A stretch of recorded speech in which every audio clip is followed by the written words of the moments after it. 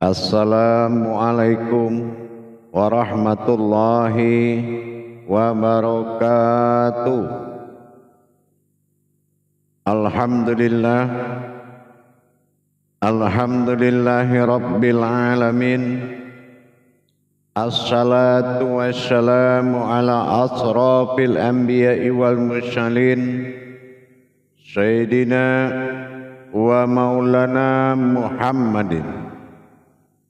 Ashhadu an la ilaha illallahul malikul haqqul mubin, wa ashhadu anna Muhammadan abduhu wa rasuluhu wa sadiqul wa'dal amin.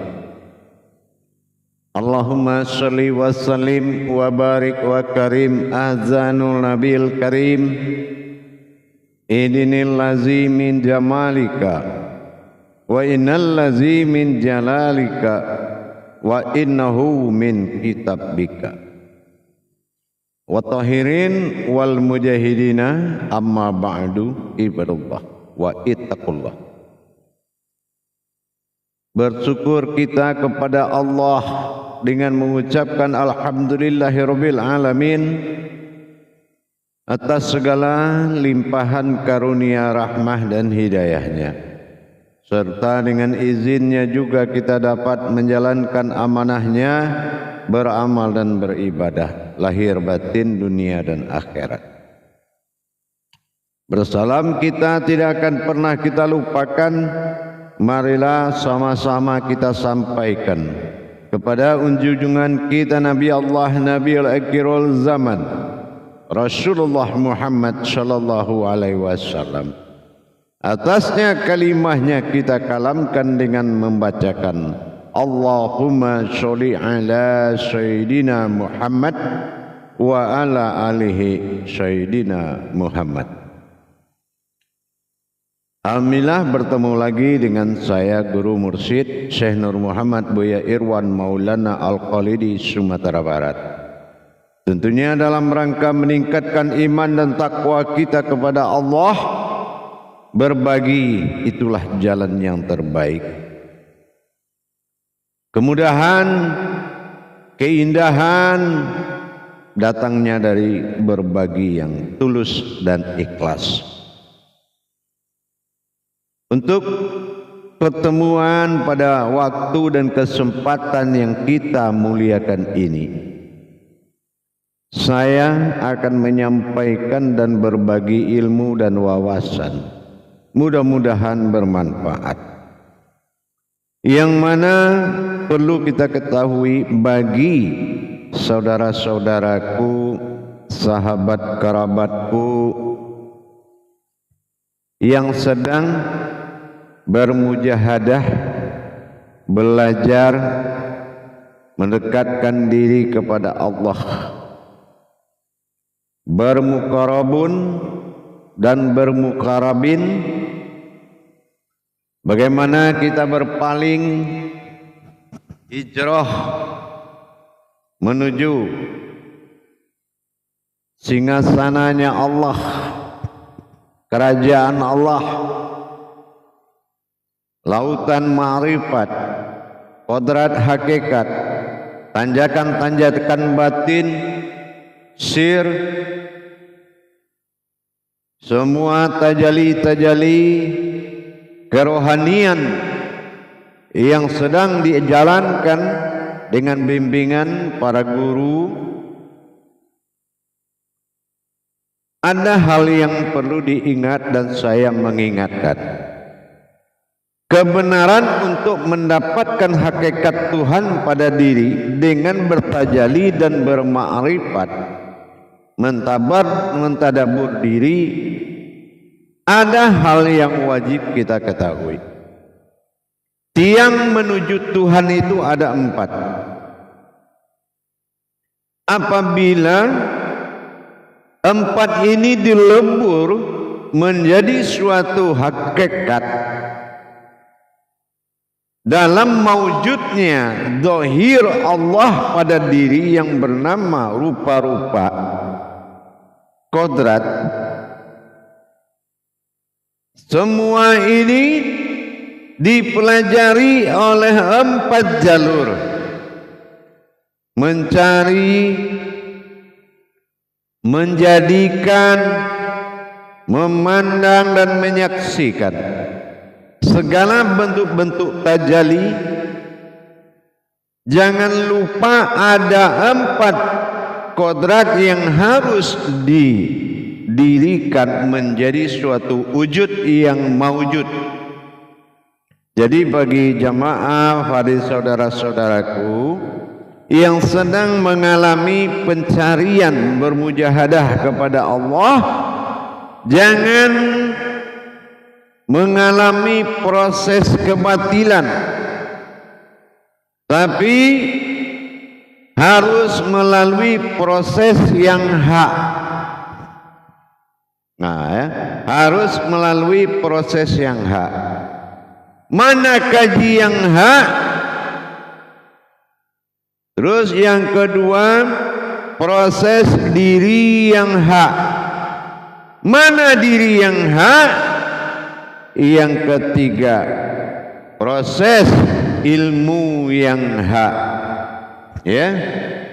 Nah, 3 yang hak ini, kedudukan ilmu, kedudukan diri ini, dan kedudukan kajian ini harus benar-benar tidak keluar dari perjalanan ma'rifatullah, perjalanan pengenalan kepada Allah. Harus melalui himpunan 4 tiang menuju Tuhan yang bernama Allah.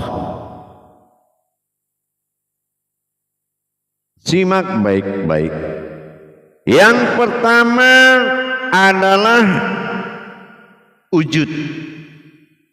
Kaji wujud ini benar-benar harus tuntas. Bagaimana dasar adanya, apa wujud adanya, dan apa perjalanan adanya sampai pada akhir terjadi adanya. Ini namanya kaji wujud atau kaji ada. Jadi kalau ini tingkat pertama belum selesai dan belum mata hatimu, mata batinmu mendapatkan wujud kajian ini, dikaji wujud ini, sehingga wajibul wujud bagi dirimu. Tidak bisa lagi kita melupakannya, tidak bisa lagi kita mengelak dari ketentuan-ketentuan dia, dan tidak bisa lagi kita melihat pengakuan diri yang kita yang merasa memiliki. Ini kaji wujud yang pertama dari 4 kajian yang harus tuntas. Nah, yang kedua ini disebut dengan kaji sir atau rahasia. Nah, gitu. Jadi bagaimana himpunan-himpunan kajian digulung semuanya menuju satu kodrat bernama rahasia.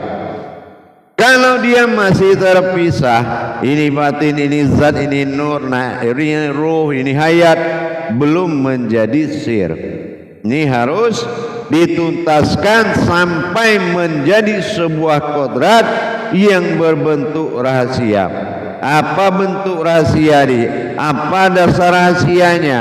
Dari mana wujud rahasia? Rahasia bukan yang dirahasiakan, tapi kodrat berasal dari rahasia. Ini harus tuntas.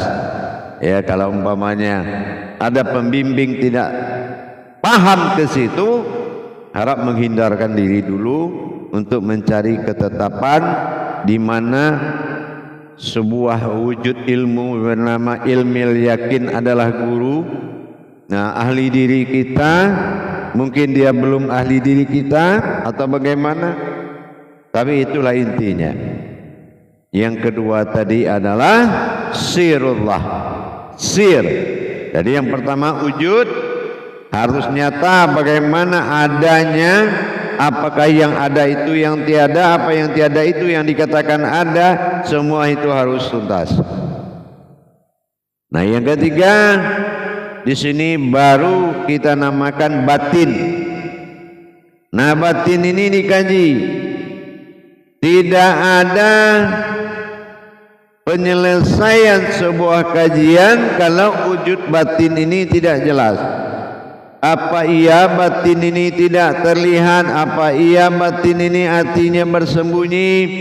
Apa iya batin ini sebuah wujud asal muasal mula jadi? Apa iya batin ini adalah kodrat nyata yang tidak terlihat? Atau batin ini adalah kodrat batin tidak terlihat tapi nyata? Atau sebagainya. Ini tuntaskan sehingga kedudukan diri hakikatnya Allah yang akan terbangun dari 4 kodrat tadi, sehingga lepas keakuanku maka datanglah keakuan Tuhan dengan adanya pecahan kaji yang 4 tadi. Nah, yang terakhir yang keempat yaitu kodrat. Nah, kodrat ini yang harus menjadi puncak keputusan keyakinan atau dikatakan dengan isbatul yakin. Ya, dikatakan dengan isbatul yakin. Kalau keputusan keyakinan itu sudah mutlak, tentu jadinya kodrat. Apa wujud kodrat? Dari 3 kodrat itu dihimpun menjadi 1, 4 kodrat dihimpun menjadi 1, dan apa wujud kodratnya itu?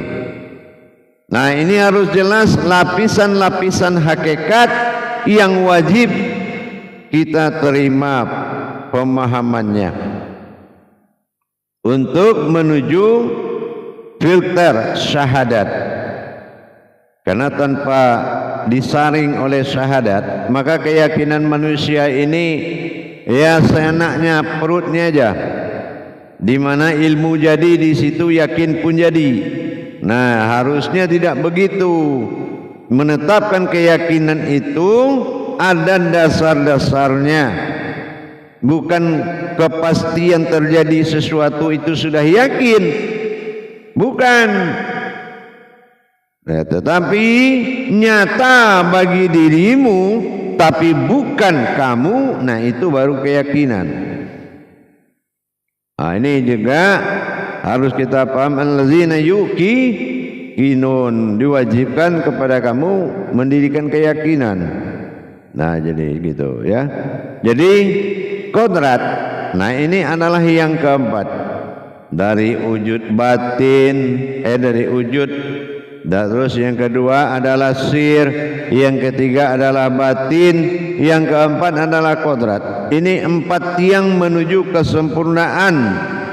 Ya, 4 tiang menandakan kaji itu sempurna apabila sudah menjadi kalimatul haq, lebur kalimat lahir hayat, lebur kodrat lahir hayat.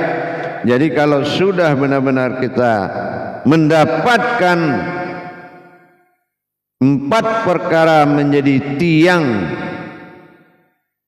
bertauhid kepadanya, maka harus dipelajari 4 perkara tadi.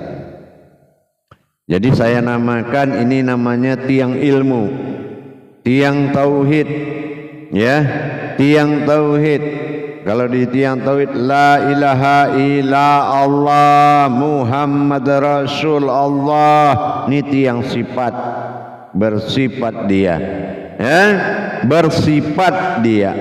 Nah gitu. Jadi jangan dilihat sifatnya, tapi bersifat dia, dan sifat dia itu akan mengeluarkan atau memperlihatkan suatu wujud yang nyata.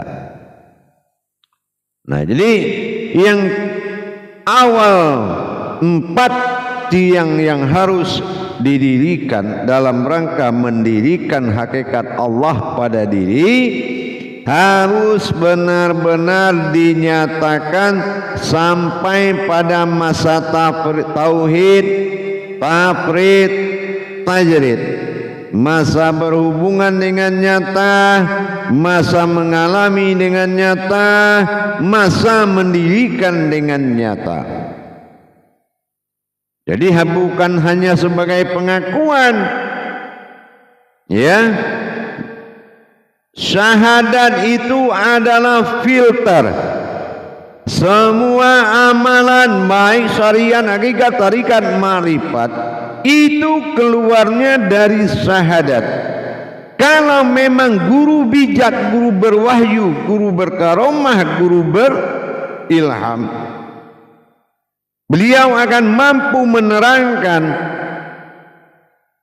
perkara amalan baik hakikat, tersirat dan tarekatnya bisa dikeluarkan dari syahadat. Tapi kalau diambil tidak dari syahadat, berarti itu dari jiping namanya.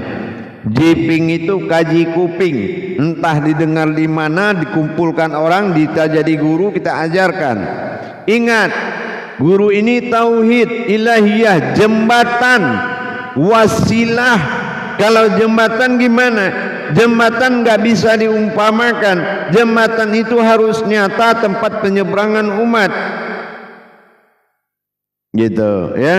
Jembatan itu harus nyata, tempat penyeberangan umat menuju illallah, menuju kepada Allah. Pembentangan diri seorang wali Allah menjadi titian siratal mustaqim bagi ibadah rohaninya. Harus nyata dan sangat jelas. Yang kedua, syahadah ahad. Bersyahadat menyatukan, syahadah langsung, ahad menjadi satu, bukan kepada yang satu. Kalau menyatukan kepada yang satu, itu namanya syirik, masih bersentuhan. Sedangkan laisa kamislihi min syai'un, tidak ada yang setara dengannya. Bagaimana bisa berdampingan? Bukan berdekatan atau mendekatkan, tapi menyatu kepadanya. Kenapa? Karena manusia adalah wujudullah yang dirinya anaul haq, la ilaha illallah, anaul haq, akulah diri, la ilaha illallah, yang nyata bernama kalimatul haq Muhammad Rasul Allah. Nah, ini perjalanan mata hakikatnya harus jelas. Jadi jangan terlena di dalam belajar, karena pelajaran pengenalan ma'rifatullah itu berawal dari mendirikan dan melebur sampai menjadikan dan terjadi 4 kodrat yang harus diselesaikan. Ya, 4 kodrat yang harus dituntaskan. Nah, dengan demikian kajian itu baru benar. Ya, kajian itu baru benar. Kalau kodrat Allah bilangan 4 jatuh pada alam, bilangan 3 jatuh kepada kodrat, bilangan 2 jatuh kepada wujud, ya kan? Nah, disinilah jelang dan kodrat bilangan 1 jatuh kepada sir atau rahasianya. Jadi dengan kita memahami 4 perkara tadi, baik dari sisi wujud, sir, rahasia, batin, wujudnya, dan kodrat adalah maujudnya. Ini kalau belum tersusun rapi dengan segala tajalinya, karena pengakuan tanpa tajali itu akan bisa mempersulit kita di dalam pencarian. Demikian. Jadi kalau memang ini bisa dilaksanakan dan ada hati dan nawaitu dan niat ingin bertuhan, kalau beragama mungkin dari kecil, tapi kalau bertuhan saya nggak yakin dari kecil, ya, karena ada peraturan akil balik. Jadi tidak mungkin dari kecil tahu Tuhan. Nah, mungkin sekarang ada kata terlambat. Tidak ada kata terlambat. Ya, jadi dengan kita belajar kembali bagaimana yang dikatakan menjadi satu tadi, ahad, Syahadat ahadah, ya kan, syahadat sahadah baru ahad. Jadi dengan demikian insyaallah dengan kita memahami 4 tiang pengenalan wujudnya Allah pada diri, maka kita harus melihat kajian yang kita terima harus melalui konsep yang jelas, yaitu kehakikatannya. Itu kenapa? Karena membaca semua kitab itu tidak ada yang sulit jamaah, para hadirin dan hadirat. Tapi yang sulit adalah membaca kitabmu sendiri untuk mendapatkan Tuhanmu. Apa kitabmu? Adalah diri. Ya, kalaukah kita sudah bisa membedah diri ini untuk mendapatkan sejatinya diri, insya Allah pasti akan sampai. Tapi kalau sudah minta bantuan keyakinan kepada sebuah gerakan atau sebuah kodrat atau sebuah ruh atau sebuah hayat atau sebuah makhluk atau sebuah cerita, maka ini akan menggugurkan kebenaran jalannya. Jadi dengan ada pemahaman tadi kita berbagi, mudah-mudahan insya Allah akan terbuka hijab pencariannya. Yakin insya Allah. Jadi bagi jamaah, para hadirin dan hadirat, kaum muslimin dan muslimat yang ingin bermuqarabun atau mendekatkan diri kepada Allah, insya Allah silakan menghubungi nomor telepon yang ada di layar deskripsi YouTube Buya Pasaman Timur. Kita akan selalu berbagi kupas tuntas tentang segala hakikat yang disimpan di dalam kerahasiaannya. Inilah kesempatan bagi kita, karena kebaikan itu tidak datang 2 kali. Ya, kesempurnaan, hidayah, keberuntungan tidak akan datang 2 kali, hanya sekali, itu pun dalam kesadaran, bukan sadar tetapi dalam kesadaran, benar-benar hati yang merindu. Kalau hati sudah merindu, insya Allah bukan insan kamil mukamil lagi, tapi insan kamil muzamil. Nah, itu keberinduan. Jadi kalau kerinduan ini adalah nilai tertinggi di dalam bertuhan kepada Allah. Mudah-mudahan jemaah insyaallah dipahami dan dimengerti dengan sebaik-baiknya. Yang paling penting, jangan lihat apa yang kamu amalkan di dirimu, tetapi lihatlah siapa yang mengamalkan. Inilah kuncinya. Jadi 4 perkara, 4 tiang menuju Tuhan. Berhakikat dalam 4 hakikat menuju Tuhan, maka 4 hakikat ini yang akan menjadi patokan atau dasar nawaitu dan niat, dan dasar untuk bertajali dari alam keumatan menuju alam ketuhanan. InsyaAllah dengan alam keumatan dan ketuhanan dalam wujud diri yang sama, maka dipisahkan oleh rahasia keilmuan. InsyaAllah mari kita selalu berjuang untuk bisa mendekatkan diri kepadanya. InsyaAllah, mudah-mudahan, karena tiadalah keindahan apapun, hidup akan indah kalau kita sudah mengenal Allah. Hidup akan terarah kalau kita sudah berilmu dalam beribadah. Yang ketiga, semua hidup akan mudah apabila kita sudah berilmu kepada Allah. InsyaAllah, mudah-mudahan.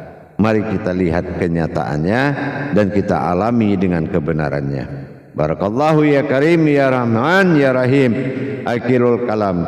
Wabillahi taufiq wal hidayah. Wassalamualaikum warahmatullahi wabarakatuh.